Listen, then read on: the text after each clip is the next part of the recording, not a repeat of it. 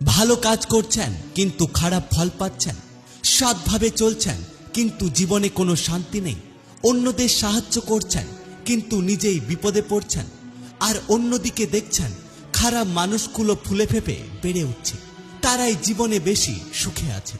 এই প্রশ্নগুলো যদি আপনার মনেও আসে, তাহলে আজকের এই ভিডিওটা শুধুমাত্র আপনার জন্য।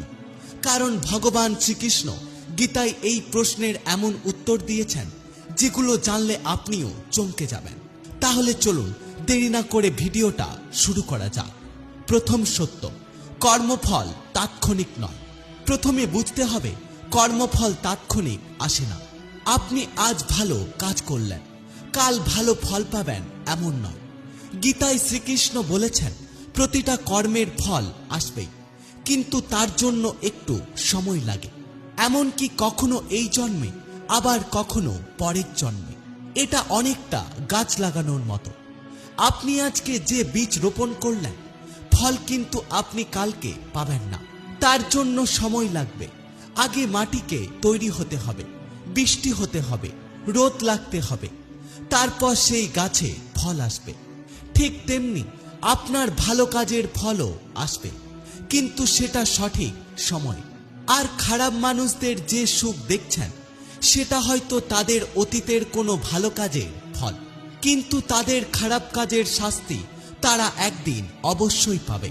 কারণ শ্রীকৃষ্ণ বলেছেন কর্মফল থেকে কেউ কখনো বাঁচতে পারে না।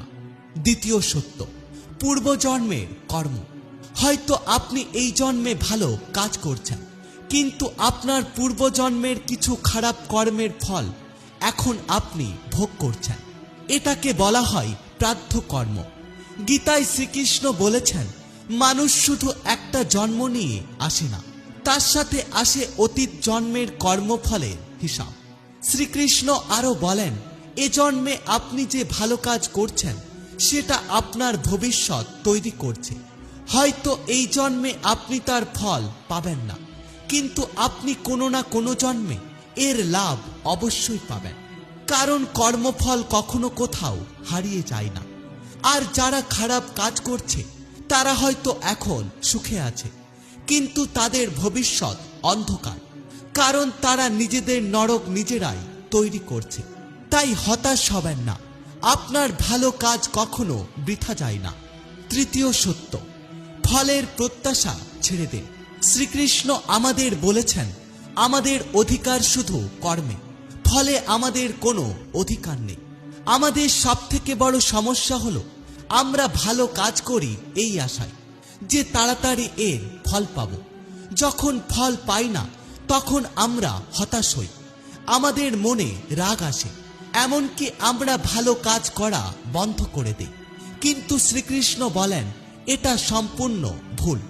আমাদের ভালো কাজ করে যাওয়া উচিত, কারণ এটাই আমাদের স্বভাব, এটাই আমাদের মূল ধর্ম, এটাই আমাদের আসল কর্তব্য।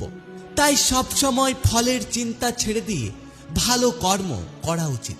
শ্রীকৃষ্ণ বলেন আপনি যখন ফলের প্রত্যাশা ছেড়ে দেবেন, তখন আপনার দুটো লাভ হবে।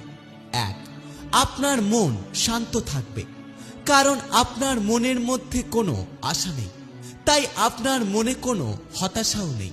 দুই, ফল এমনিতেই আসবে, কারণ প্রকৃতির নিয়ম ভালো কাজের ফল অবশ্যই আসে। তাই এখন আমাদের যা করা উচিত সেই কাজগুলো হলো, এক, ভালো কাজ করতে থাকুন, থামবেন না, কারণ ভালো কর্মের ফল একদিন না একদিন অবশ্যই আসবে। দুই, ফলের প্রত্যাশা ছেড়ে দিন, আপনি শুধু আপনার কাজ করুন, বাকিটা ঈশ্বরের ওপর ছেড়ে দিন। তিন, খারাপ মানুষদের সুখ দেখে হিংসা করবেন না, বা খারাপ মানুষদের সুখ দেখে হতাশ হবেন না, তাদের ভবিষ্যৎ ঈশ্বর দেখে নেবেন। চার, বিশ্বাস রাখুন। গীতায় শ্রীকৃষ্ণ প্রতিশ্রুতি দিয়েছেন যে ভালো কাজ কখনো নষ্ট হয় না। তাই আপনি যেটা করছেন সেটা আপনার পুণ্যের খাতায় জমা হচ্ছে।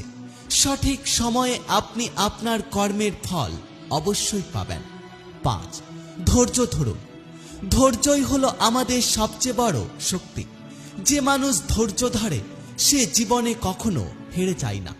একটা কথা মনে রাখবেন, সূর্য উঠতে সময় লাগে, কিন্তু সূর্য যে উঠবে সেটা অবশ্যই নিশ্চিত থাকে। তাই প্রতিনিয়ত ভগবানের নাম জপ করুন এবং সত্যের পথে থাকার চেষ্টা করুন। রাধে রাধে।